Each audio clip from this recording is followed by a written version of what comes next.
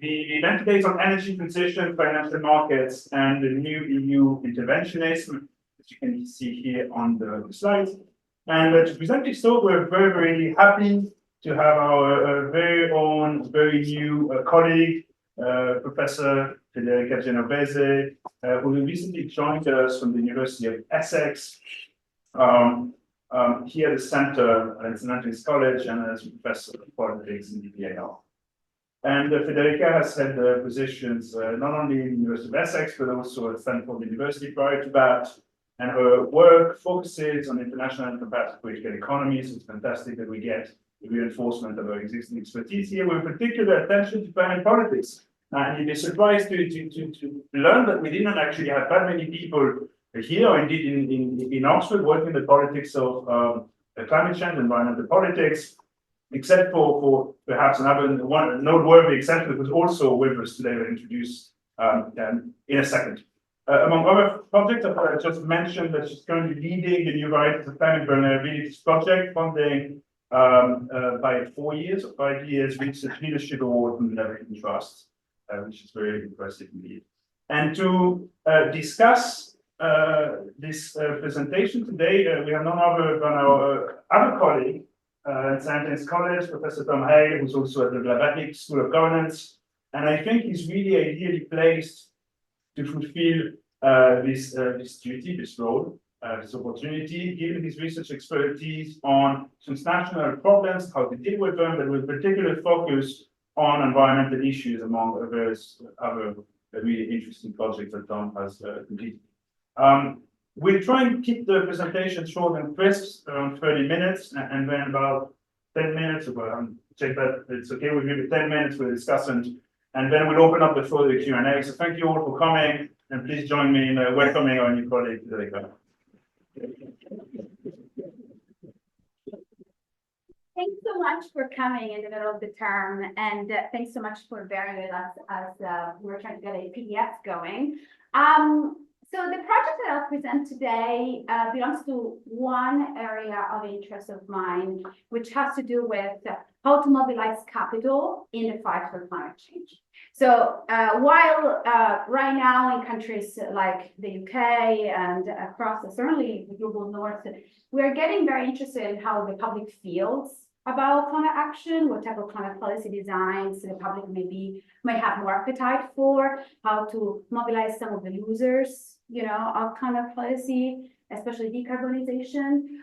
The real big question really remains how we're going to get investors, people with the big money, to back up this gigantic existential transition.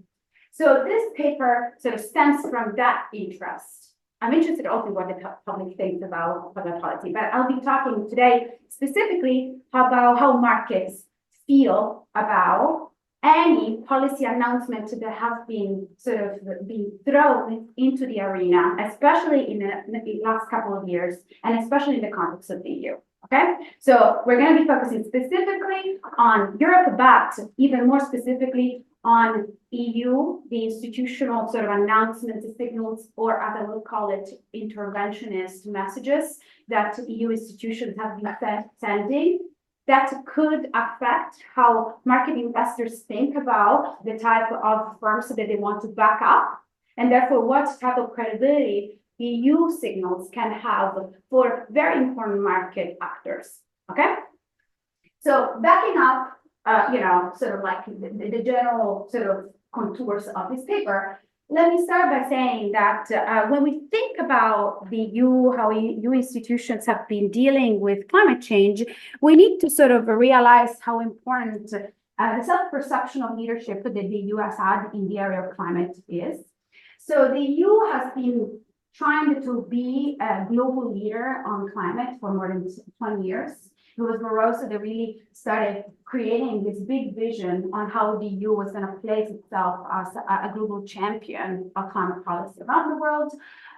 There were various milestones since the 2000s that have characterized, how the EU was really pushing the not only domestic but the global agenda when it comes to climate change. And what I want to underline for the purpose of this talk is that during this couple of decades, climate policy was heavily reliant on market mechanism. It was really sort of thought through and processed through the lenses of neoliberalism that really dominated a lot of policy areas since the late 90s. Okay, so one of sort of like the star policy tools that the EU has been using since the 2000s, the EU emission trading scheme, was very much a market-oriented type of regulation, right? And various packages like the 2020 packages, which tried to sort of set a strong renewable electricity production in the EU territories, really was thought through market investments and economic incentives. Climate policy is still considered an area where the EU wants to be a champion. The von der Leyen Commission has really put climate policy at the fore of how the EU wanted to be perceived in terms of leadership and ambition. It really is, in some ways, the Green Deal has been the centerpiece of the current EU Commission sort of visionary message. But something has changed. So like fast forwarding to where we are right now in terms of your relationship with climate policy, the approach to climate policy making right now in the EU is dramatically different to where it was in the early 2000s. So now we live in a world in which some of the discredited approaches to policymaking, which I will be calling interventionist, so more state-oriented, more state-dependent, if you will, have really been brought back to the fore. They are tested more and more across various policy areas. This, in some ways, was a process that was accelerated by the COVID-19 pandemic that required a lot of state-led action. But I will argue even more prominently, it has become, if you will, a new paradigm in the EU, and the way the EU is dealing with different sort of policy areas, including climate policy, since the Ukrainian crisis. So the changing tide, in some ways, is endogenous to the fact that the EU was just not doing enough. The EU has done well enough when you compare to, I don't know, the US, I guess, historically, on greenhouse gas emissions targets, but not quite as well as we want it to be or where we want to be by 2050. But this is not the only reason why we have seen this U-turn or like the bring back, of this previously discredited interventionist approaches. Clearly, external shocks have contributed to the way the EU is now seeing economic interventions, right? Like a lot of what Biden has been doing in the US has been state-led interventionism. So in some ways, the US started replicating that type of policy approach. And then generally, sort of like as a response to the COVID crisis, it is becoming clearer and clearer, even among orthodox economists, that we need more state-centered type of policy making. So with all of this in the background, the research question in this paper, which I should say is co-authored with the two excellent authors in the north, in Scotland, is as follows. How does this shift in policy vision, this new turn in state-led policy vision, affect markets? So specifically, we will be focusing on, because this is a climate policy talks after all, we're going to be thinking about how energy markets and investors in energy markets are thinking about this new intervention type of approach of the new institutions, and whether they are receptive, whether they respond as we would want, or we would like them to respond, especially if they are to support, the energy transition.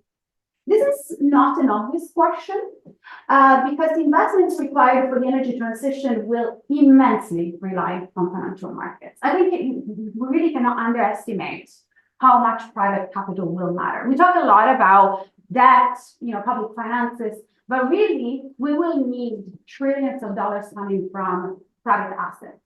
So it is fundamentally important to understand how the market and the actors that move money in financial markets are thinking about this type of new actions that the state or super states, in the case of the EU, are taking in this policy area.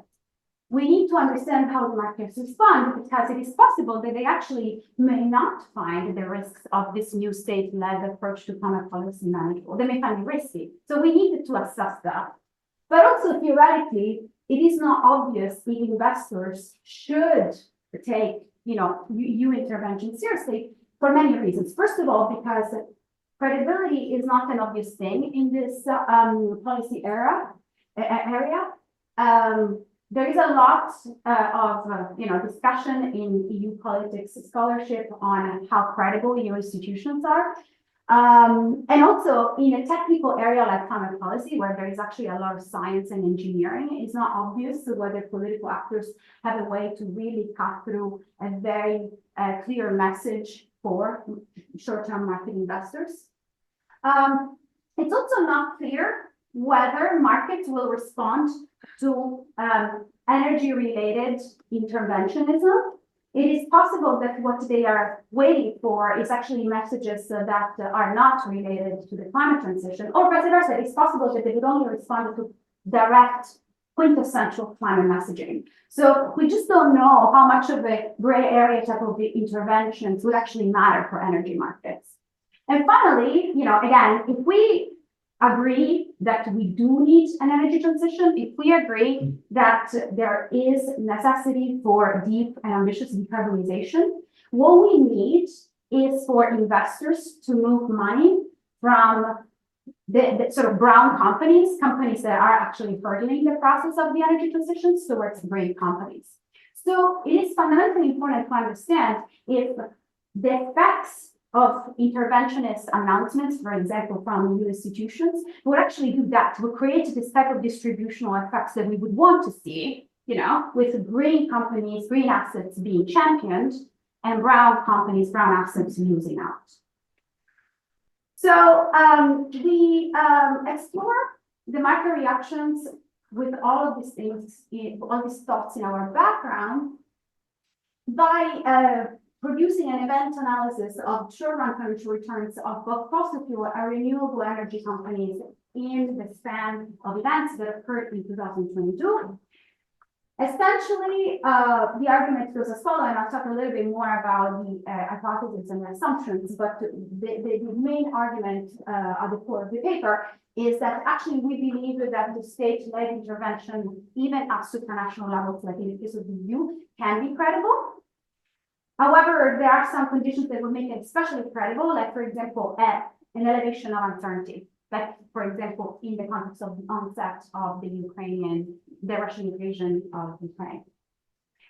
When it comes to whether investors would be more sensitive to very narrow specific climate messaging, or whether there are sort of sidelined messaging that could still spill over to the energy markets that matter, we actually think that both direct and indirect messaging could matter, although we do assume that for the purpose of the distribution implications of brown companies losing and green companies winning, it's probably the most targeted climate messaging that will matter. And then we also make the assumption that, so in that sense, our story is somewhat optimistic, but not totally optimistic.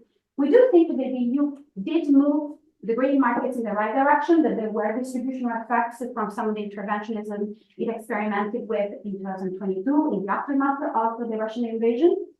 But that some of these announcements and some of these interventions were more ambiguous than others. So the more ambiguous, or the less climate reflective the announcements of interventions that the EU was ready to make, the less impactful this would be for fossil fuel companies. So good news for the green industry on the one hand, but not necessarily bad news for the brown sector. And empirically, and I will show you, the results at the end of this talk, we show evidence in support of the broad contours of this argument with the daily data from the stock value of 636 energy companies. So just holding your hands a little bit more. I mean, if you want to fall asleep now, you can, but I'll walk you through a little bit more about the argument in the next 7 minutes.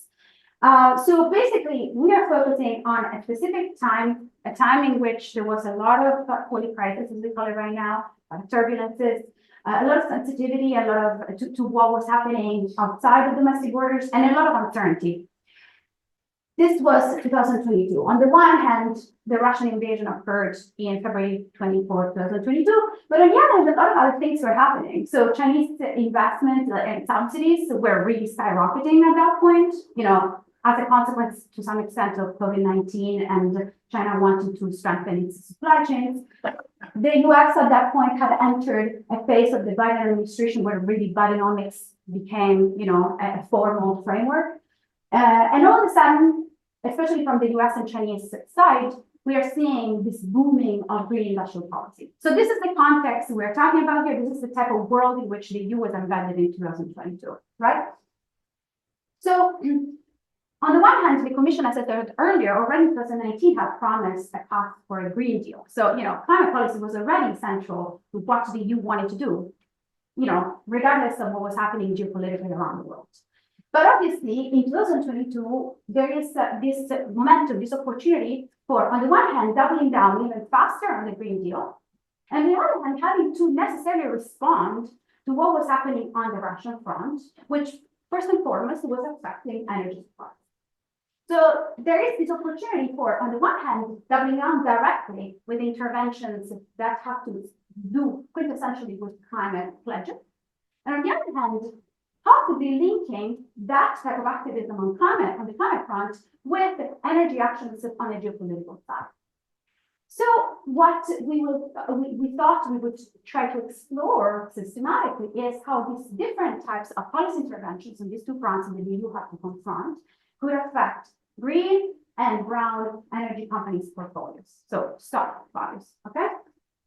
When it comes to direct interventions, so those that were quintessentially born from the Green Deal vision of von der Leyen, we expect them to generate a certain market impact that actually separates the profits of renewables and fossil fuel companies. So, you know, in some ways, we're actually optimistic of the fact that with the uncertainty of 2022, von der Leyen and the Commission understood that this was the moment to actually push forward with the energy transition.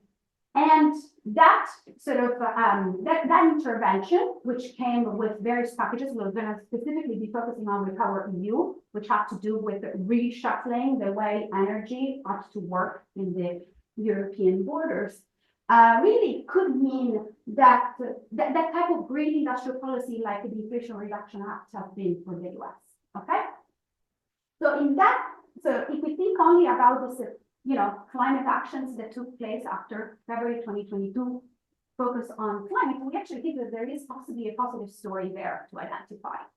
There is a story in which green firms could actually be winning and brown firms could be penalized, which is essentially what we want for, you know, an ambitious transition. There is some evidence from the US that proves that this was exactly what happened in the aftermath, in the immediate aftermath of the IRA. So the IRA had a bit of a funny story. I'm happy to talk more about this, but essentially it was a two-step sort of history that started in July 2022. Then there was a stalemate, and then in August unlocked itself very quickly. And what some economists in the US have shown is actually that the signing of the IRA was a premium for green companies, with profits of green companies going up and separating from brown companies. So that's the type of effect that we expect packages like the Recover EU could actually produce in the context of EU companies.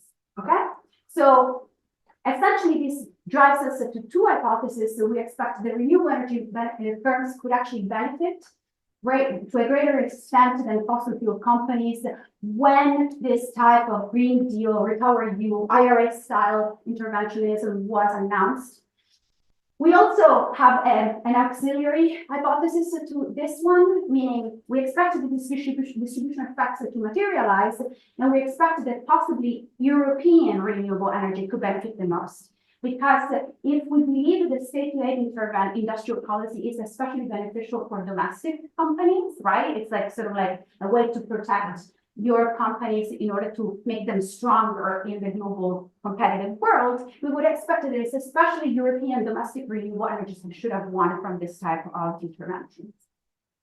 But then we also focus, as I said earlier, on sort of like separate front, which is not directly climate related, but it still mattered for energy markets and therefore by default mattered to the energy transition.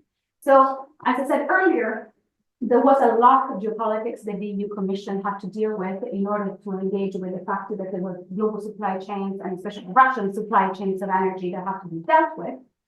And, you know, part of the conversation on how to set up sanctions, at least at the beginning of the Ukrainian crisis, was very much framed around the lines of it would be nice actually to push back on Russian gas so that it also helps us with the transition. So this leads us to think that some of the geopolitical sanctions that followed the Ukrainian invasion could actually have some implicit effect for the way stock markets behave, thinking about the profitability of green and brown companies. And once again, you know, if you believe in this type of interventions to be protected for domestic companies, we may even expect that there is a distinction between domestic and international profits in the market. So, on the one hand, we think that there could be an effect, but we're also aware of the literature that tells us that crises that are not immediate in the nature of the policy that is being addressed may actually overcrowd and, you know, create trade-offs with the effectiveness of certain messaging. So specifically, the literature that we were thinking about is the one brought, you know, to light by authors like Vlandas, who have showed that, for example, a lot of the nice green motives and nice green ambitions that the EU, like other countries, had before COVID, were really washed away, even as COVID money was thrown at the possibility of rendering some of the economic activities more sustainable. It just wasn't picked up as much because, you know, the health crisis really overcrowded, you know, the sort of priorities. So then what this leads us to think about is we do expect some effects from geopolitical announcements of the EU that have to do with energy supply chains, but we don't expect them to have the sort of clear distribution effects so that's more direct climate-specific announcements and interventionism has. And we do expect some movements, but we don't expect to be as, you know, clear-cut as for the more direct type of interventions. And we still sort of expect that perhaps the European companies will benefit more from the geopolitical sanctions that were put on Russian gas. So all of this I should say, we will explore events throughout 2022. So, you know, throughout almost 12 months. But our intuition, which we didn't pre-register, but, you know, you can check our WhatsApp and emails, was more clearly focused on the beginning of the Ukrainian invasion type of crisis. So basically, all these hypotheses are mostly motivated by our intuition based on the observations of what was happening until, say, spring, summer of 2022. So I will show you some effects and findings that speak to what happened in the fall, but I wouldn't read too much into this because a lot of other things, including the IRA, for example, happened after summer 2022. So, to the empirics. This is a quantitative study. If you don't understand what I'm going to be showing you, I'm more than happy to sort of bring it up verbally afterwards, but hopefully my explanations will make sense. We tested this hypothesis studying the market returns to fossil fuel and renewable energy companies in 2022.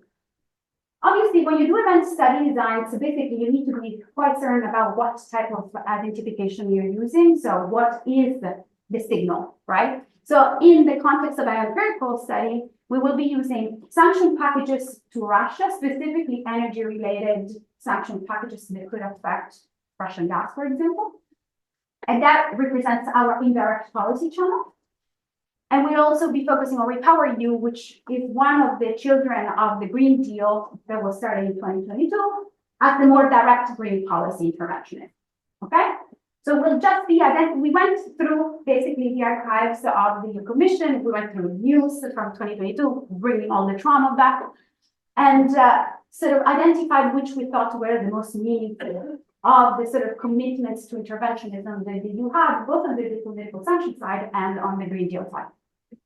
We're focusing on global simple firms, but obviously we're going to be splitting the sort of local EU firms from the non-EU firms, just also to give you a sense of who's winning more, right? The announcements that we focus on are 8, which sort of spread across a timeline plotted here. But because obviously I'm not expecting you to really read through it, all you have to take from this nice picture is that a lot of the messaging, a lot of the announcements were clustered obviously after February 24, 2022. So there were things happening in the fall, and I will show you what type of impacts that those could have had on market returns, but you need to take whatever happens after the summer with a big result. Substantively, these are the 8 events that have substantive interest for us. On the left, they are sort of like the geopolitical sanction packages that we think could be directly related to the energy transition and therefore having some waves in the market. So, I don't know if you remember, but like, very early on after the 24th of February, there was a ban on oil technology and goods. There was the infamous SWIFT exclusion that could have a lot of impact on how fast, fossil fuels from Russia could transit into Europe. Then there was a ban on new energy investments a bit later on, and coal ban in May. On the sort of Repower EU front, the more sort of climate-directed type of interventions, there was a clear proposal, not long after February 24, that announced the phase out of Russian fossil fuel. Then there was the announcement that had to do more with the type of diversification and type of taxonomy of energy sources, so that the Repower EU would have embraced, and so forth. And here you see I don't know if you see, but like there are ticks in green that sort of represent the events that we think would especially be useful for the profits of green companies. So the ones that we especially believe to generate positive trends, positive returns for green companies. Again, the green companies that we would want to win if we wanted green transition to win. I'll go through this very quickly because I'm almost at time. Basically, we went into the Thomson Reuters sort of data set and started collecting all publicly traded energy companies' stock values that we could find from December 2021 until December 2022. We classified the companies that we were finding kind of by eyeballing. That's not exactly what you should do, and hopefully, going forward, we'll have a more elegant way to actually discriminate who is actually a green company, who's a brown company. But basically, we are able to qualitatively identify 192 renewable companies and 244 fossil fuel companies. We also collected stock price data for the Standard & Poor's 500 to create a baseline, a comparative baseline to the type of trends that we see in these specific energy companies, right? Because the event analysis design that we're using basically generates, a counterfactual to the type of returns that we would see otherwise in the Standard & Poor's baseline, okay? And I'm not going to go into sort of like the research design and so much, but just believe that at the end of the day, we're able to have, 2 series, one with the observed returns and one with the counterfactual returns. And if we see a separation between what is the real observed returns timeline and the counterfactual, then we have identified abnormal returns. And we can say that actually an event had a causal positive or negative effect on how the markets were moving. Okay? Great. So to the results, and I'll be quick.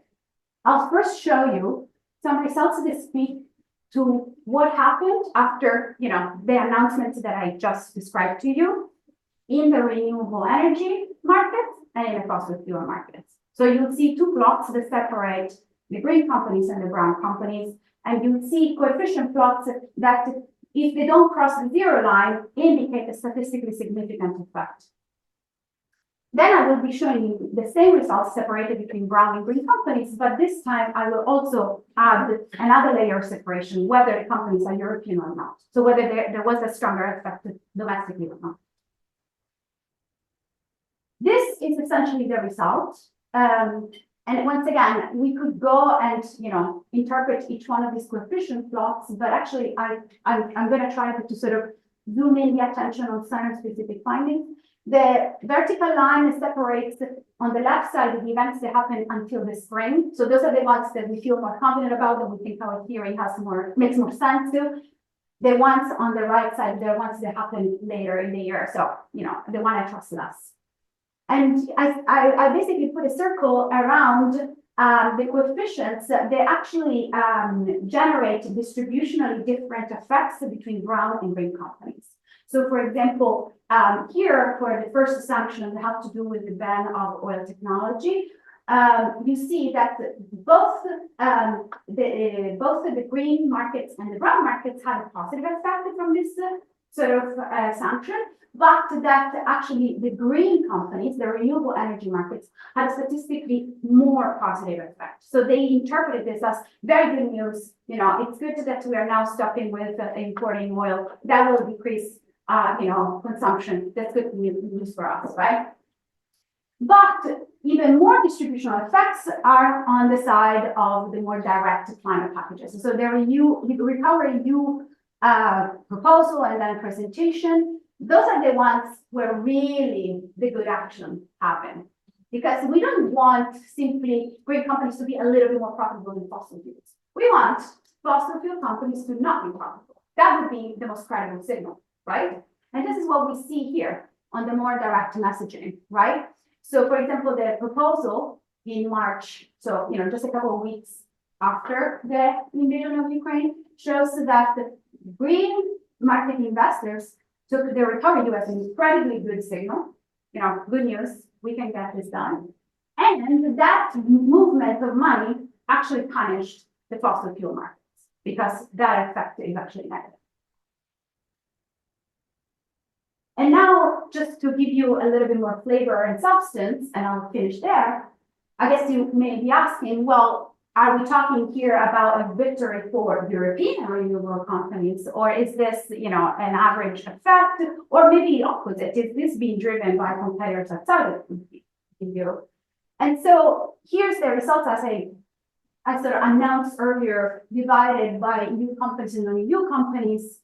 And again, because I don't want you to squint or, have a headache, what you find here essentially is that EU green companies are doing more, but only for the sort of direct climate policy related interventions. So when the REPowerEU really sort of speaks clearly about themselves, when it speaks really about the way they want to protect renewables, or they wanted to sort of make them champion of the energy transition. So this is this result here. While, the big result that I mentioned earlier, for example, Section 2 is really driven mostly by non-European companies. So the bottom line is that there are distribution effects that occurred after the intervention announcements of the EU, that there is some positive, lesson to take from the fact that the EU institutions could actually send a credible signal that should accompany, the energy transition.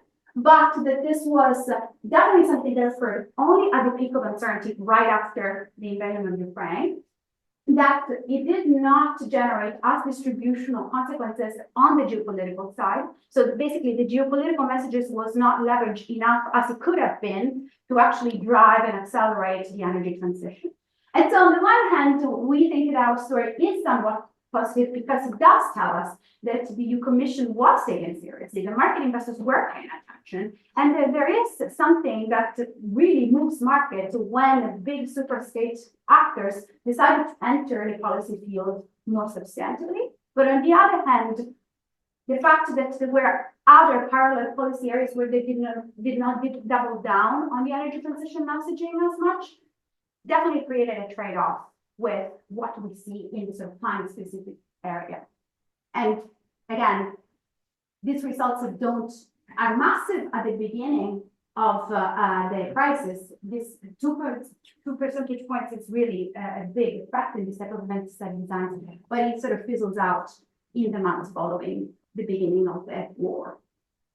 So just to conclude, this is an empirical paper that tries to assess the market impact of what we define or identify as this new market interventions that the EU has taken over in the past couple of years. We believe in the credibility of the institutions to both markets, and we do find some evidence for that. We do believe in the commitment of the EU Commission to the energy transition, and so when the messaging was directly about climate, we do see the distribution effects that we would want to see for the energy transition for the capital markets. But we also see evidence that the fossil fuel markets were not hurt enough. There was enough happening in other policy realms that only indirectly spoke to energy that sort of countervailed a little bit this championing effect of green markets. And so on the one hand, we were not too upset with our results, but I think that there is a bit in this evidence that suggests that there was a missing opportunity, you know, coming out of the 2022 sort of crisis and uncertainty. Great, thank you. Without further ado, we turn to a discussion. Thank you, Federica, for that fantastic presentation. And can I say what a great pleasure it is to have Federica here in Oxford with us. As Tim was saying before, it's not been a very large group of scholars across the world studying climate politics and climate policy. And Federica has been at the forefront of that literature. So to have her join us in Oxford is a huge benefit for us in the university, and especially for us here at Antony, because we get to have a critical mass growing there. So thanks for the paper. I want to say a few things about the paper and probe a little bit on some of the key points. But I also want to spend a little bit of time speaking about the broader implications of this research agenda that Federica is laying out on credibility and stage dimension of markets and where that might go. Because I think there's probably a rich literature here, which I'm going to hopefully invite you to say a bit more about Federica, but also invite the audience to talk about a bit further as well. So first though, on the paper itself. So I think it's reassuring perhaps to show that markets are at least quasi-rational and respond to incentives that governments give them, that those governments are actually sending credible signals in some ways. And that's I think broadly, there's not that many climate policy papers that have a positive backstory, but that's a good one to start with. But three observations I make. So it seems like there's a way to gain more leverage, analytic leverage, by looking more closely at the different kinds of firms in your sample.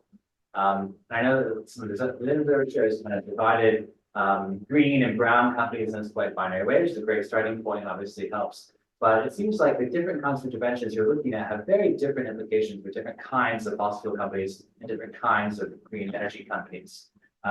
So, for example, if you're a European company that runs liquid natural gas ports, this is a great moment for you. And if you're a European company that has a lot of pipelines that end in Europe and start somewhere east of Europe, and that's a bad thing for you. So it seems like you could get some nice analytic splitting of your sample, just with a few kind of indicative things that you really zoom in some of the specific mechanisms that you're trying to test here. And on that point of like how to define them, I think there's also an interesting kind of puzzle around some of the companies that have some mix of green and brown assets, which many do, especially the utility companies, right, which are often in the business of both developing huge renewable energy resources, the biggest renewable resources in Europe run by utility companies, and also often have lots of legacy ones. And for them, they have quite a mixed kind of set of incentives here, because they want to, but now they all say they want to drive in the direction of policy is going, but they want to control the pace and make sure that they don't devalue their legacy assets before they have enough of the new assets to make up the difference for it. And so shocks are really bad for them, right? Because they want to have certainty of that sort of smooth and not too fast transition. So looking at some of those companies could also be an interesting way to kind of think about, is it actually, because my expectation would be that you hold both and you were imagining this kind of smooth line down, a shock should be a bad, right? It's giving you this idea that you're going to have to speed up your transition or change it in some way. So they might also teach you something. Secondly, I think I'm very interested in these event history studies that use market valuations. And obviously, it gives us this fantastic ability to look at very granular detail what a particular moment in time might imply. But obviously, markets does confuse these signals in some ways. So when you buy a stock, does it mean you think this is the long-term future of energy policy of this part of the world? Or does it mean something else? And it's a mix of many things we will never know. And so how we interpret them, I think it's worth thinking in detail about. And it's not, I'm not suggesting you could like drop this method and don't do the paper. I think it's still a very interesting method to apply here. But in interpreting the results, I think it's important to expand the conversation around that. And one particular nuance I think is really relevant here is the special role that oil and gas companies in particular play amongst in markets. These are one of the most cash-rich companies that investors can invest in, and so they're often targeted by, especially portfolio investors or institutional investors who need kind of company that pays short-term dividends alongside a portfolio of maybe longer-term investments that they're working with. So if you buy, a Total stock or something, you're often doing so because you're expecting some cash in the short term, not just sort of long-term investment. So it might be worth looking at that in particular. Third interpretation point, I think it'd be worth unpacking a bit more, is who is sending the signal. So you have these two categories of policy signals here, the kind of European policy directives on renewable energy in particular, other green industrial policy goals. You have the sanctions. And the sanctions, even though they're being delivered by the EU, are being done so in coordination with the sort of G7 plus set of countries. So they're not all at exactly the same moment, but they're tightly coordinated with the United States, Canada, Japan, and some other Western allies. And so those are signals from a different set of governments, a wider set of governments, whereas the green signals are not just coming from the EU. As you say, like IRAs happen until later in the period. So it might be a thing we're thinking, does that have a different set of effects? Is it about European Commission credibility on the sanctions thing, or is it part of this wider, how credible is Western opposition to Russia and the differential effects that might be? I think it's particularly also important for the point you're making about distinguishing between EU effects on EU firms versus non-EU firms. So if the sanctions effects are affecting the whole pool and the EU specific ones are weighing more heavily on the EU firms, that would also, I think, help account for the difference you observe there. So it doesn't mean it's contradicting your explanation, but it might be an additional reason why that you might see that slightly. But overall, I think it's a great paper, and I think it's a great paper because it's really getting us to think about this core issue in the politics of climate change around credibility and how you establish credibility. And obviously, it's a big theme in many areas of literature around appropriately security studies. Is there a credible deterrent? Was there a credible deterrent in 2020? And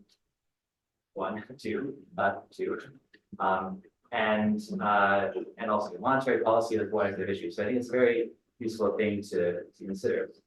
In my work, because I've obviously been thinking about this through the lens of how sort of assets we value as decarbonization proceeds on one hand, also climate impacts proceed on the other hand. And that framework, I think, makes it really has made me really think about this credibility thing deeply. The other relevant body of literature here, I think, is David Victor's recent book on experimentalist governance, which is all about how do governments regulate effectively to shift markets, especially for innovation. So how do you set a signal we're going to move away from internal combustion engines into electric vehicles, and how can you not, even if you don't know how to do that yet, how do you begin to mobilize industry to do the innovation needed? So I think it's definitely these really rich streams. I think it's also really relevant for the policy debates around climate change.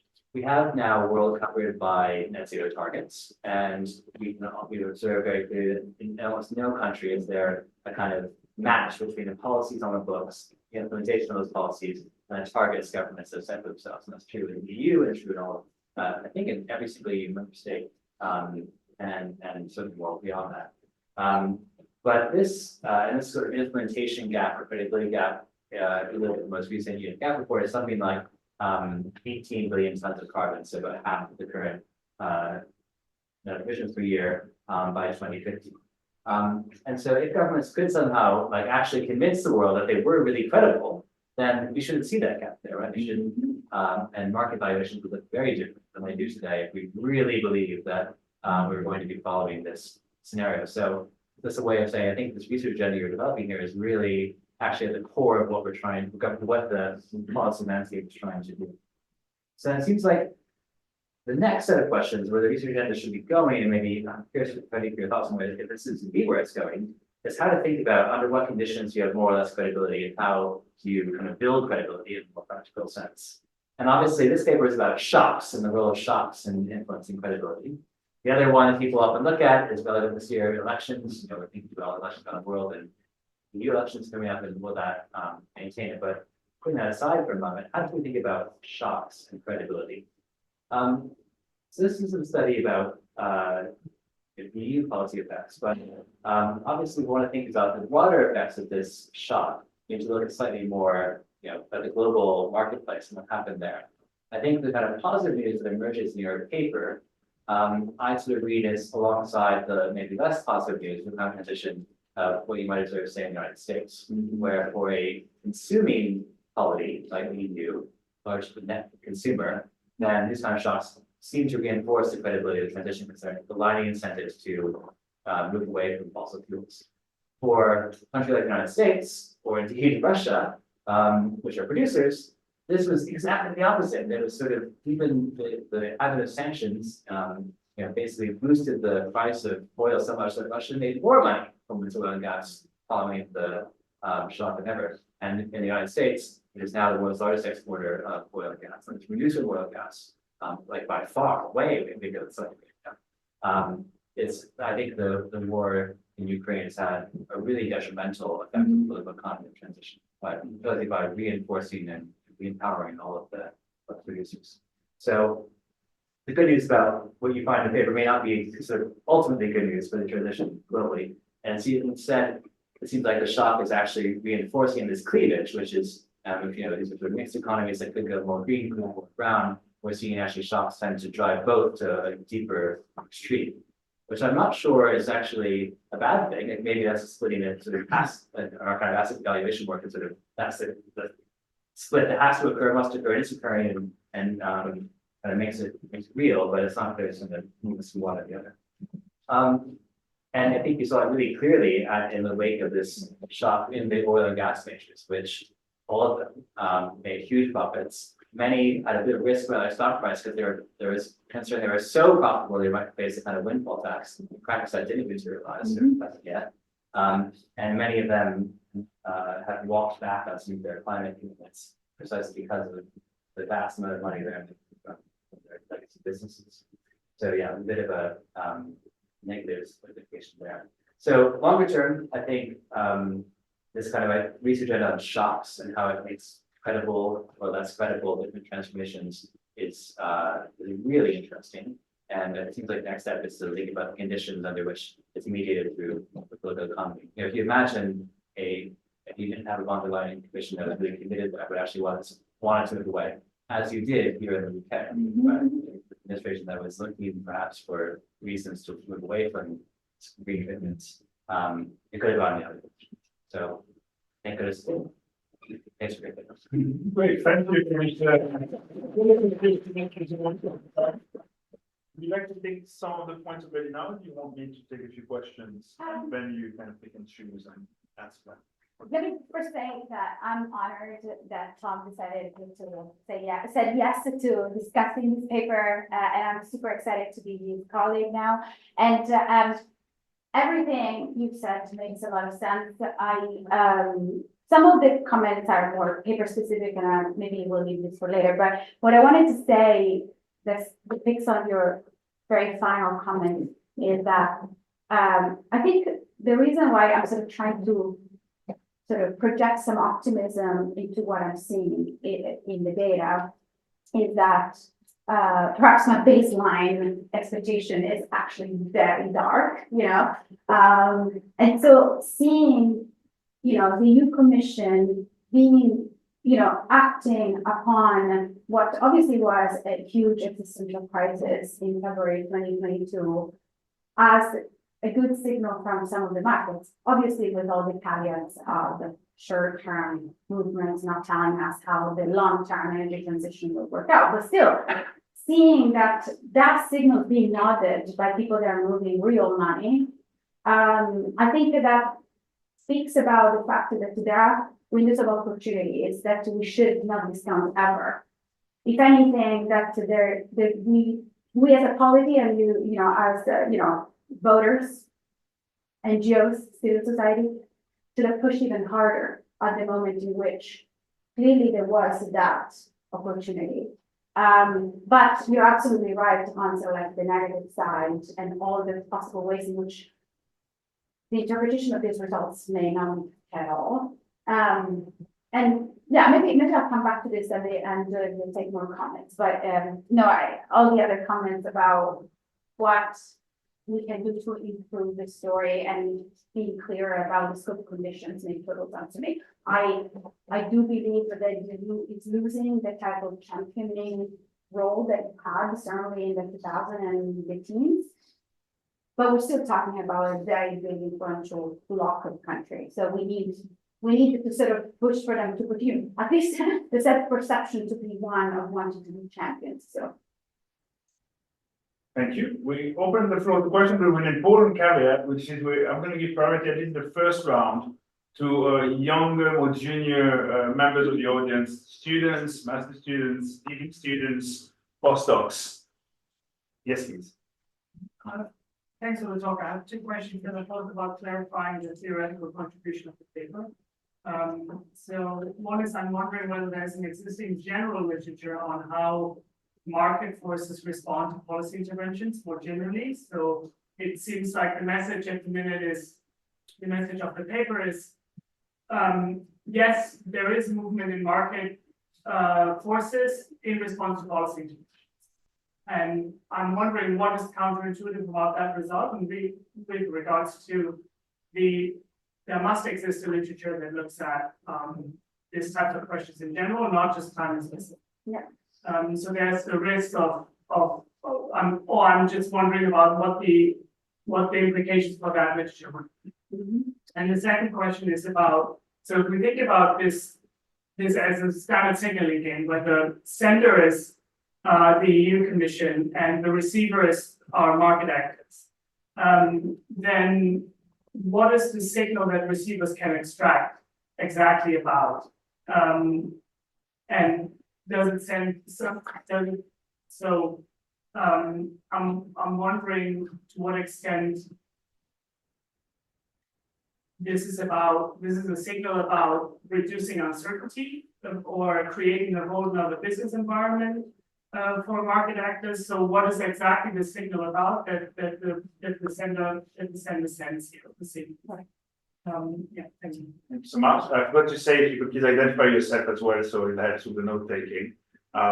Respect to the colleague, could you just say very briefly who you are? Oh, I'm Mats, I'm a postdoc with Federica. Thank you, fantastic. Someone here at the front. Yes. I'm Jose Maria Valenzuela, Senior Research Fellow at the Enterprise Innovation Society at the University. And it would seem from the narrative of your work that your expectation is that a lot of these effects happen because of changes in kind of market share. So renewables taking more market share from consumers. But it would seem to me equally as relevant, and probably more relevant in the short term, kind of price effects and the market price effects, which is a little bit related to what Tom said. We still could have companies making a lot of money simply because all prices are going up, and that definitely happened in electricity and other markets. And then, so maybe you can comment something on that, but I think that could also help you understand and take more value of the second part of the history that you reviewed, because interventionism in this case was not only about green investment versus fossil fuel investment, but at some point it also became intervention over prices, which had an effect on the stabilizing and kind of diminishing all forms of excessive earnings, but also all forms of major losses that could have potentially materialized, right? So that's another type of interventionism that might be reflected in the second period of your research. And then the two students of mine. So let's switch remain, and then the person at the back in the next round, I have been released. Hi, I'm Theodore. I'm an MSc Comparative Social Policy student, a student. So I guess thank you so much for the presentation. I guess I'm just curious in the comparison that you can draw between new interventionism in the EU with regard to green industrial policy and the IRA. So you alluded that there's some evidence already on the impact that policy signaling had in the US with the IRA on market and financial market movements. So I'm just wondering, how do those two compare? So my prior would be that there's a huge credibility gap probably between the United States government and European Union, but is that true? Is that head of time data, or is there some other story? Great, thank you, that's fine. Yeah, I'm Nicola, I'm also at the Institute Policy Tim, and the university does only use social climate policy. I'm kind of wondering what kind of lessons EU can take from this in like status quo situation. So your results seem to show that the effects of capital markets are stronger in terms of security. And we are kind of expecting like prices all the time now at this point, but what about in times where we have good light prices or when we don't have neutral? Thank you, I think that's already a great first batch, and I'm taking some notes as to who is the next. Oh my God, yeah, thanks so much. This is great. So, trying to respond very quickly and efficiently to each of them. To Matt's comment about, is this just simply, so what? Like, is this really just a market taking in information? Okay, this was the biggest, this is the biggest European war that we've seen in the continent since World War II. So in some ways, I think that this sort of, it's simply like, we will have to act. And obviously it was its own sort of business, like it had to sort of existentially act. So it's obvious that markets will react, sure. But at the same time, you know, it's quite clear when you compare, for example, with the rest of the series at the end of 2022, the effects could be minimal. They're really like, we barely see, you know, some movements from interventions that were very meaningful. You know, some of the price cap, which by the way refers to some of Jose's comments actually. Markets should have moved, but it didn't move as much. So I think that the volume and the magnitude of these results is not obvious at all. And the literature would sort of generally go, you know, in the direction of assuming, just like your intuition is bringing to assume that there would be some movements. But especially when it comes to the EU institutional sort of framework, we just don't know as much. And there is enough disagreement in the scholarship that would suggest that this is not as obvious as perhaps your intuition brings to think. I mean, there's more to say about your second comment, but once again, like I think that to some extent the Green Deal was something of 2019. So you could just say this is just a process, like, you know, the Commission is just marching on some of the promises that they had already committed to. But then one, you would not see the type of effects if it hadn't been that all of a sudden this seems to get really real, you know. But also the timing of these interventions was not, there was no schedule for these interventions. So if anything, just the fact that these meetings happened that fast, and there was something coming out, there was a paper coming out half an hour, the meetings, that was not at all baked in the market. So yeah, I know that sometimes we see findings and we think, well, this is all expectable, but I don't think that it's as much as you may think exposed. To Jose's comment, like I think that that's absolutely true. Like there is a story of the failure of intervention, so that comes up in the second part of the story, and you know the speed of the intervention. So whatever you want to call what we are identifying at the beginning of the Ukrainian invasion and the beginning of the series in the spring 2022. You know, gets in part fizzles also because there were sort of like milder, quieter interventions, maybe more technical interventions that started happening in September and onwards. And I think that that's partly what explains some of the effects that we have. And yeah, like, I mean, what are we capturing? Is this market share, or is this like, you know, just moods of the, and this goes back to some of the comments that Tom had told us, like when you do these event study designs, in some ways it's beautiful because you really see effects that scream at you, but then it's a black box and all of a sudden you see like, what is this? I cannot interview investors right now. But I think that your comments sort of bring us, probably make us think harder about what exactly are we looking at here. To the comment about IRA versus EU, I mean, so I did show you a slide with how the IRA affected the sort of returns on green stocks and brown stocks. And in that sense, we see something similar. We are replicating, if you will, some of it in the EU. But I don't think that, once again, it was not obvious, I guess I'm absolutely repeating myself a little bit, what I said 2 months before. Like, it was not obvious that the EU would have the same, that type of credibility. Maybe what we are finding is sort of like and you know, what we are showing you is an effect on the one hand is determined by the fact that the EU is not as credible as the American government is, but on the other hand, the EU has a longer history of being climate committed than the US. So maybe that's a mixture of these things that we're seeing, and ultimately we're seeing similar results that may not be coming from the same mechanisms. But the point is that we are seeing similar effects in the market, similar waves in the market following a significant rise of state-led policymaking in this area. And then finally, I'd like your question about what does this tell us about status quo situation? Because, and you kind of said this in your own question, I don't know what a status quo situation is. I mean, as much as I hate the word poly crisis or perma crisis, like, I don't know, but like, it's been, like, I don't think the EU has been outside of a crisis moment since 2007. And so I'm not, like, I think that it's a very good question if we want to believe in a future in which things will come down, but in the short term, I just don't see how we need to think about scope conditions that exclude the possibility of a crisis. And this, again, goes back to some of what Tom was saying. Like, it's a bit like thinking about a world that is not globalized. The state-led intervention will still happen in a world that is globalized, because even with onshoring, we'll still be in a globalized world. So I appreciate the question. I don't have an answer to it, but I don't know how much we should be spending a lot of time thinking about that. Great, thank you. So we had a question at the very, very back from the previous list first, and then I've got. Yeah. Hi, I'm not sure if you can see me, but my name is Federica. Can you hear me? Mhm. Yeah.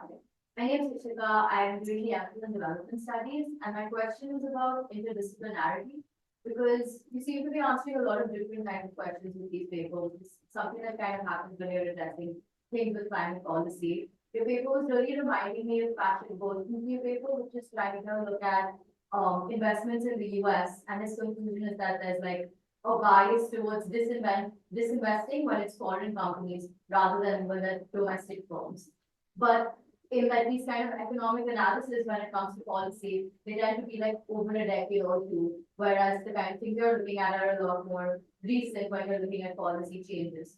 So my question was just, how do you kind of address these different changes when the economists looking at policy are looking at long scale divestments, whereas you're looking at these specific policy impacts?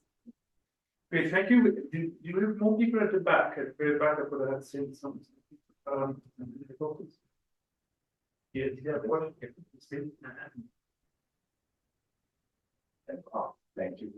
Thank you very much for the presentation. I'm Eric, I'm a PhD student with the team. I was thinking, when I think about the energetic transition, I agree with you that we do need a lot of private capital to make that happen. But in my head, the stock market is associated with innovation capital, and for energetic transition, you might need infrastructure that takes like 10 years and so on. So I was wondering if you also see a movement in the bond market, or if there's a chance to check it, interest rate go down after that announcement, such that more money goes into that, as it is in last week. Thank you. And then individual roles as well. Yeah, I'm from Hale. I'm very I have two comments. The first one is channel with them as well. There's a little paper that looks at whether or not the channel is punished on the quality. That uses like sort of a matching outcome for that previous base debate. Would be like interesting settings. And I guess on that note, do you account for companies that voluntarily even if they want to apply sanctions? Because it is the case that generally did punish companies that voluntarily restrict those are the stuff that and the other thing is that financial quality reports from memory, there is like some companies that have mentioned some of these sanctions.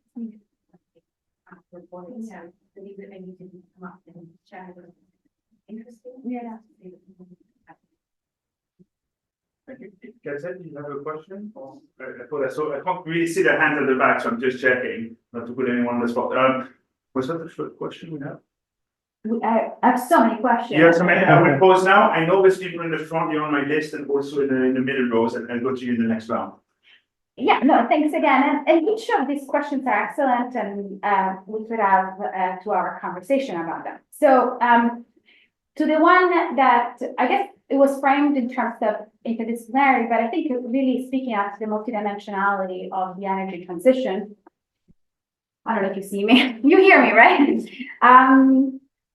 I think that's absolutely true. And I mean, I would never want us to take this empirical exercise as a way to understand how the energy transition can work, anywhere, but certainly, in sort of the long run, which we know is, what we're looking at. But at the same time, we are in a moment in which, the climate crisis is accelerating. We really need to understand that we're all on board. We're in this moment in the public politics of climate change, in which there's still denialists, there are still people that, as someone was saying, are sort of delaying. And so the question is, well, 1 second, are we on board with this? Like, do we understand that if the incentives are set up right, we're doing this? And I mean, that is sort of perhaps what this is telling us, so that maybe we cannot say that the investments would flow in the long run, and this is not about structural changes to the economy yet, but that what's happening in certain moments, as I was saying earlier, opportunities, windows of opportunities type of moments, is telling us that there is a decent amount of private, market investors, there's a coalition of market investors, if you will, that is ready to activate along those lines. Like, that money will shift. The wall of capital is not immobile.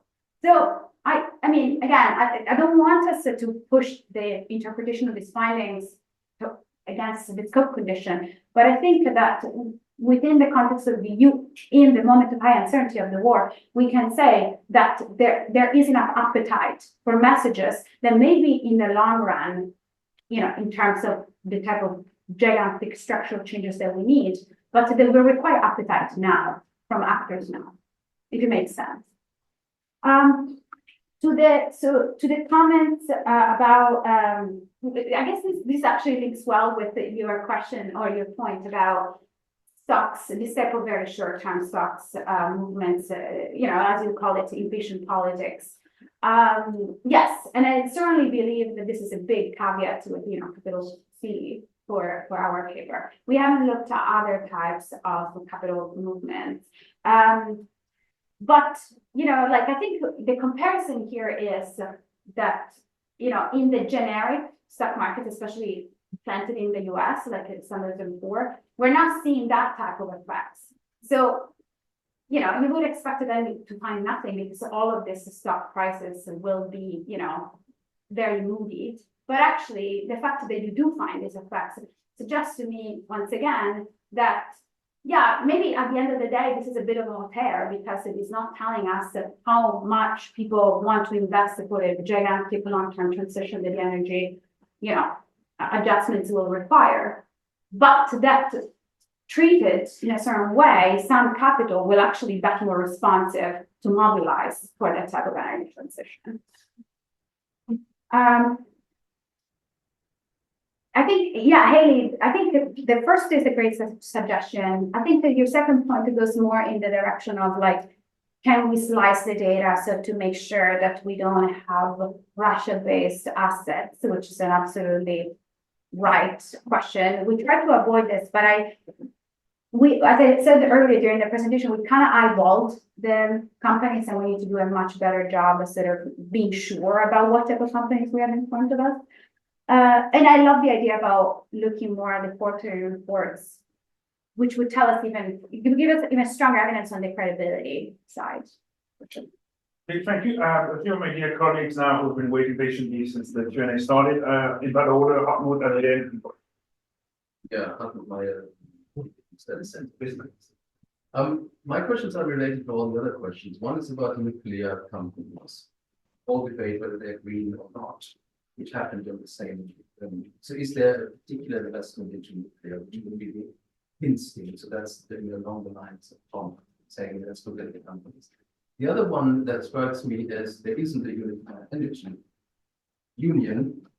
And is the signal from the European Commission actually more or less market relevant than governments signaling at the same time? And the coordination between what governments do and what the Commission does is at the heart of, I think, the research design. Because you have those who think we are going into EU speaks French now, and a huge industrial policy in favor of the green transition, and there are the Nordic countries and others who think the best would be if our very competitive companies would not be in a unified French industrial policy, but would be independent actors that we would invest in. And I think that political debate about that is an important factor. The third question is related to, yes, the Green Deal is the flagship program, but also the geo-economic EU is the same kind of commission. And my question is about the cutoff date, end of 2022. If you would extend it to 24, whether the geo-economic rationale, and when I talk to Antony and I talk to other people, the fear about losing competitiveness, the domestic debates going against the green agenda in Germany, everywhere, and so on, might have superseded in the years post-December 2022 the overall signaling, the fact that European intervention. So it's the cutoff date that we have. I know people who tell me, but they're from Lithuania, there's only one European target, and that's beating Putin. And everything we do has to be under that label first, and what comes afterwards is secondary. And I think whether that rationale overrides the green rationale, and whether the cutoff for the paper gives us maybe too much focus on the conditions. I'm sorry, this bit too long. At the end. Thank you very much. Such an entertaining presentation. I'm an economist. I was at the USC. It's nice to see my colleagues. My question is again kind of the same as Tom's question and Jose's question, but put as an economist. How did you control the huge movements in oil prices? They were, in some sense, not inspiring the interventions, because a lot of the interventions started before the oil prices moved, but these were making the signaling that the interventions were more important or less important than before the oil prices moved. So it's and sometimes it's a technical question. Presumably that slide that you skipped over quite fast on abnormal market returns versus expected market returns reflects the impact on the huge jump in oil prices, because after the war started and the sanctions started kicking in, we all thought, oh my God, now we have to delay the energy transition because we need the prices with so much more signaling how much more valuable fossil fuel industry was going to be. So we should invest more in that. Now this wasn't an impact of, this was completely separate from the impact of the intervention. So how do you keep that side of the story away from measuring the impact of the interventions? That's my question. Thank you so much. Just a small question. You talk about states and markets in response to crisis, and you talk about kind of missed opportunity in 2022 in terms of the EU could have done better. And I was just thinking when Tom's talking about a kind of credibility gap or credibility crisis. I mean, another element is also an issue of public relations. I mean, it seems also it's a state and market story, but it's also the EU. We talk about messaging quite a bit. The EU was not delivering a message that would, I guess, become attractive to private investors in terms of EU being a very hospitable place for energy investment. How important do you think then public relations, media, in terms of messaging has either been won or lost as a kind of corollary to, in a sense, these underpinning material issues of states and markets, but there's also a kind of cultural dimension. Right. Thank you. We'll come to our speaker. I have 4 people on the next round. That's a really okay. So about nuclear, the classification and I mean, we can go to those slides. So nuclear was not in the green container. We did pull it out at some point in additional sort of analysis, but so this is just the cheap, empirical answer to your question. Is not driving the results, but I think what you're pointing to was an important debate that was happening when the taxonomy of energy sources was being discussed in the context of the EU, and this spilled over into what was happening in September or October 2022, which again, I don't want to extract too much inference from, precisely because all the things that you were mentioning, among others. I like, you guys are pushing me to think about the counterfactual of certain specific EU government, so EU member state governments doing the job of the EU Commission, which I guess I haven't thought too much about. And I would love to hear more of the thoughts that you have on, what if it was not von der Leyen, what if it was Macron that had done the same type of messaging. At the same time, it was, and this was our common lived experience, so we may all remember it slightly differently, but I think that in some ways, what happened after 24 February 2022 was the revenge of the EU institutions taking the leadership on managing a crisis, just like they hadn't done quite as effectively during COVID, and certainly not as effectively after the financial crisis. So I guess what I'm trying to say is that in some ways this was a test moment and they delivered, So, even if there was not, even if de facto there is no union and that job could have been done by German leaders or French leaders, I think actually this speaks to how, the EU maybe has a right to a point in which they can do some credible intervention from the top, from the very top. They can do crisis management with policy effects from the top, and the market is listening. And I do agree with you that at this point we are in a phase of the war, of macroeconomic, dynamics that have brought, as you said, geopolitical, if you will, issues and rationales more to the fore. But to me, that actually sort of confirms my intuition that that would have been the perfect time, in the spring of 2022, to push with the energy transition mission, vision, and priorities that von der Leyen had, because it was inevitable for this war not to last long. I don't think that any serious commentator thought that this is going to be a 1-month war. Just like the same with Israel and Palestine, but no one that studies conflicts seriously and systematically believes that these type of conflicts are just weekly, they lose themselves. So to me, it speaks more to the fact that, precisely because of what you're saying, that this was almost by default going to become more of a geopolitical situation. That speaks to how important it was to prioritize and exploit that moment if the Commission is serious about the energy transition, to go all the way down, with obviously the cost of having to, shield themselves from a lot of pushback from lobbies and having to pay costs. And there's always winners and losers. But I actually sort of agree with your comment. I think that it gives credibility to the story that we're trying to tell. Basically, we're making an assumption here in terms of research design, right? We're making an assumption that some of the most standardized indexes of markets will allow us to give us a baseline, a counterfactual baseline, to which the targeted, or if you will, treated energy companies that we identified can be compared to. So, I guess your comment about how the volatility of oil prices, or the moods in the oil markets affect this whole story. My technical response is, well, this should have affected the S&P 500 indexes just like the energy companies. So clearly there's more going on.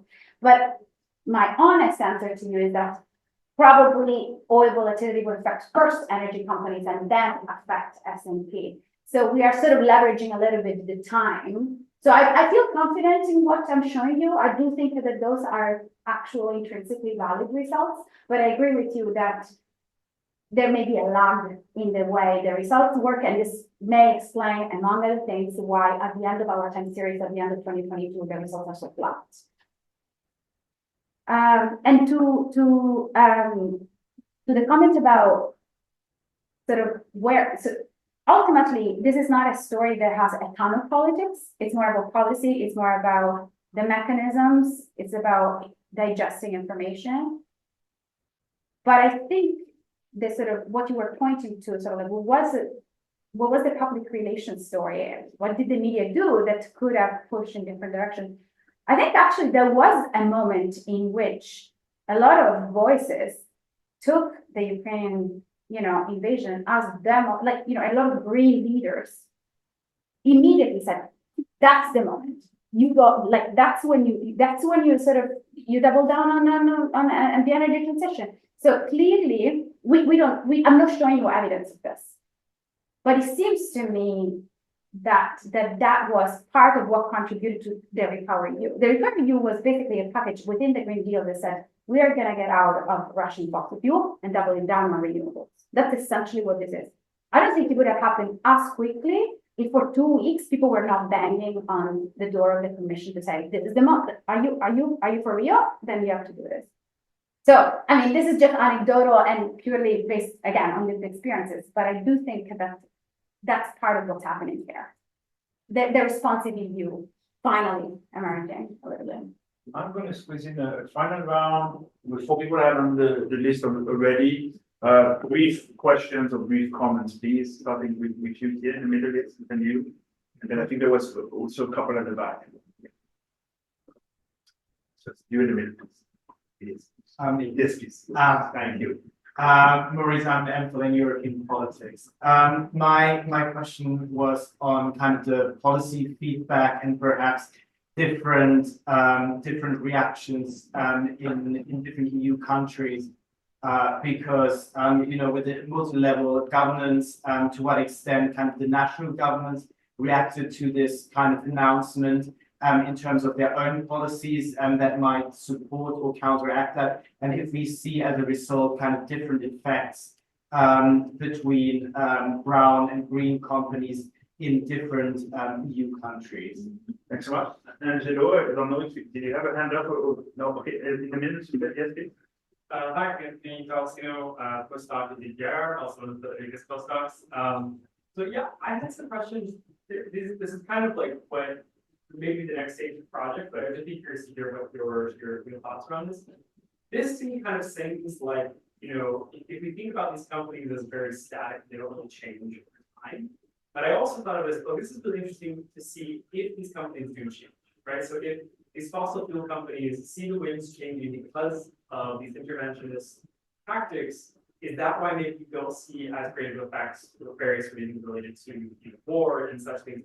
But maybe like over time, you don't see as much effect because they diversify their portfolio. They start investing in renewable energy. So that'd be really interesting to see not just their stock prices, but also maybe the diversification of their own investments. Which I know is maybe a headache, but it'd be cool to see, because I could see a story in the US where oil companies don't really need to diversify because they can kind of capture the political elite so that they know that they can kind of buffer from any further, expansion. Maybe in the EU that's not so much the case.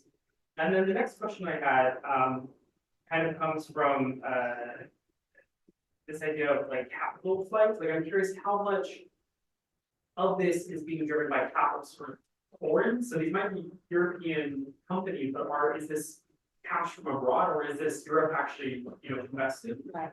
And I think that's a very interesting political economy there as well. And also, what extent are fossil fuel companies maybe offshoring their investments so that it's the foreign country subsidiary owning this fossil fuels. Oh, look, we're a green company now, or something like that. So kind of, I know these things aren't the direct things that we're looking at, but it's interesting to see the implications. I think the data you have they show this.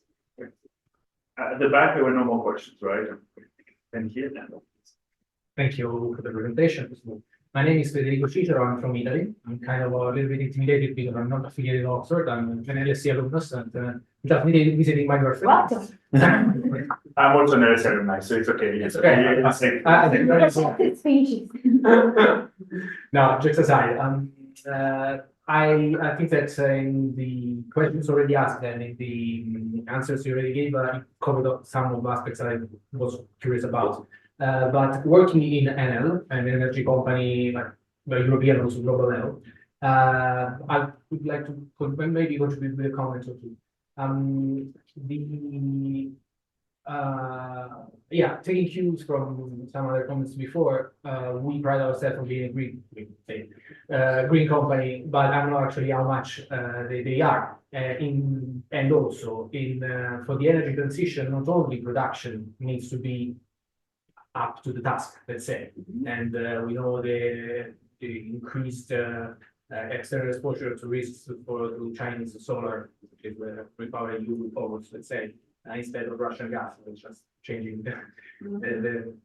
but also the infrastructure. The signals that the European institutions, not only the Commission, can send to the market, is also in terms of building the infrastructure needed. And as a company which is both a producer and a distributor, at 0.1% in WAWC remuneration for us impacted us 200 million euro more per year. And in our, and I close with it, new government, new management, new business plan, a reduction of 13% in investments in renewable has been recognized by the market with an increase of price per share. So nothing, it's not really a question, it's just a mix of comments, which I think that they fit though in the topic. And they also drive investments, infrastructure, and price per stock, market price, which was your driver, and classification of the company, which is not just a producer, but also a distributor and seller. Thank you. Fantastic. Thanks so much. Last but not least. Just last point, because the market is also have consumers, and the prices, they spoke a lot, and consumers, and also, by the way, Commission intervention, member states intervention, also there was a consumer market, including also the way the consumer reacted, for example, to install the new solar panels. The country now used to be Belgium from the European Commission. We couldn't get the solars for company to install solar for 4 or 5 months because they already contracts in place. Mostly Chinese solar respect. But it's also created, the kind of new type of small energy producers. It'd be interesting, in this how there's a new concept of the energy producers. You see this small energy producers, and also the member states intervention commission money, also you want to spend on the subsidies and so on. So I think it's if I see the EU intervention, the member states intervention also is on the consumer side, and also as a smaller producer. By the way, about public relations, our president, she said, the temperature in all the rooms in the commission, 90. And Belgian government followed the same approach, 90. Okay, with you, it's not all that. Which, when it's here in Belgium, if someone who grew up in Belgium, I can tell you, it's not a pleasant time. So we're sort of not obscenely above time, which is a little bit above time, the Mediterranean time, we're 24. But I do think you should have a few minutes to kind of pick and choose and pick some broad themes. And Tom, you also have an option, but you're not 4 times, I know it's been a long day. Oh, fantastic. Music maintenance. Go ahead. So I just wanted to pick up some of the comments on the geopolitical themes. So I think one really important aspect here, right, is that it wasn't as energy was something Russia happened to produce and sell to world market. It was explicitly, leveraged as a tool of geopolitics, right, and running on or off to influence European policy. So I think it's probably a most likely, therefore very much a most likely case for a geopolitical impact having a very specific, say, geopolitical shock and centers a very specific role across this. I'm not sure we'd see that generally. There might be a quite specific to this particular context. And indeed, the other kind of big surprise geopolitically from this invasion was for many of the observers the real unity between NATO, especially on responding quite closely in Europe and across NATO. And that, of course, came with a huge increase in the energy relationship between the United States as an exporter and Europe as an importer. So I think the kind of geopolitical angle cuts both ways. No, fair enough. Okay. Thanks All so right, much. Hale, I'm flattered, and I'm flattered by people in the real world coming to speak to me, us. So I mean, to the question about the policy feedback from different countries, we actually went to check how much unity there was basically behind the commission, especially in the sort of like the first 8 weeks after the conflict.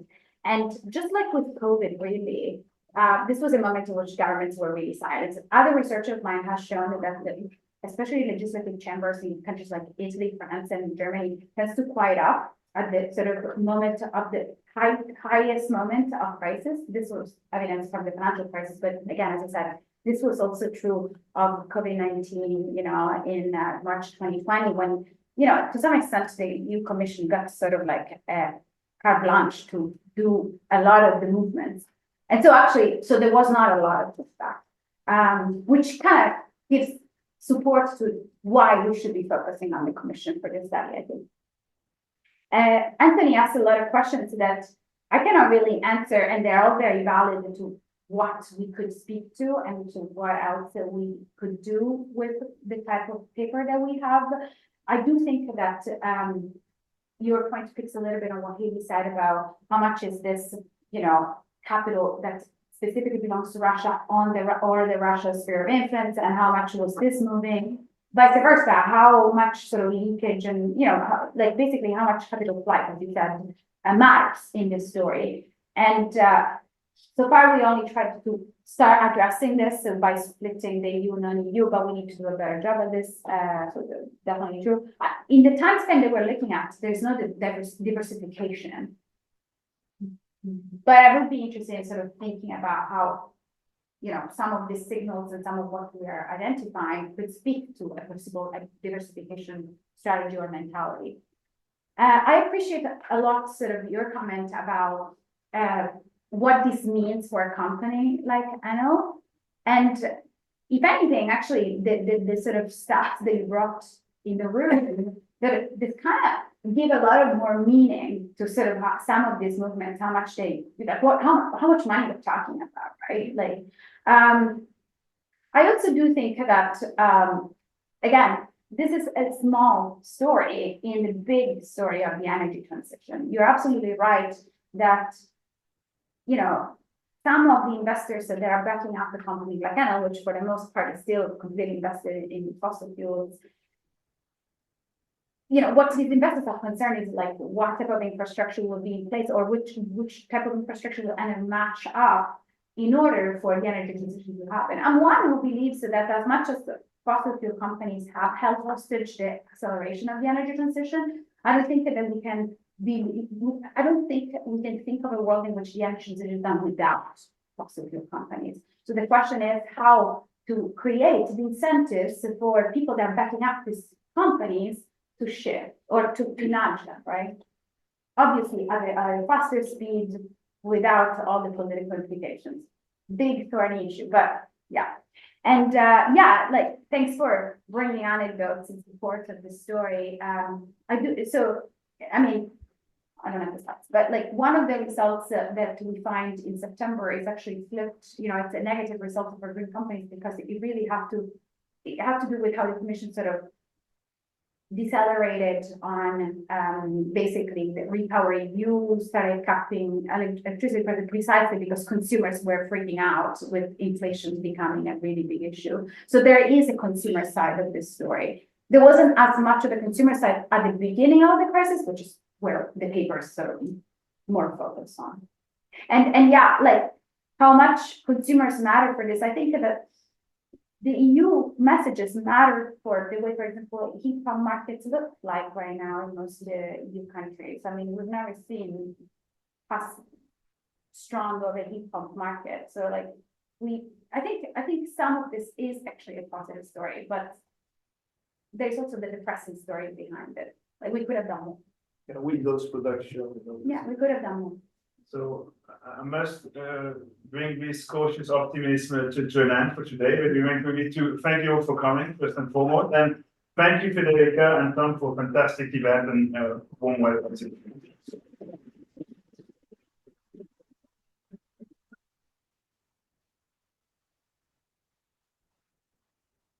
We're here every Tuesday during term time. So if you would like more of this sort of events, you're welcome to join us again. We look forward to seeing you all.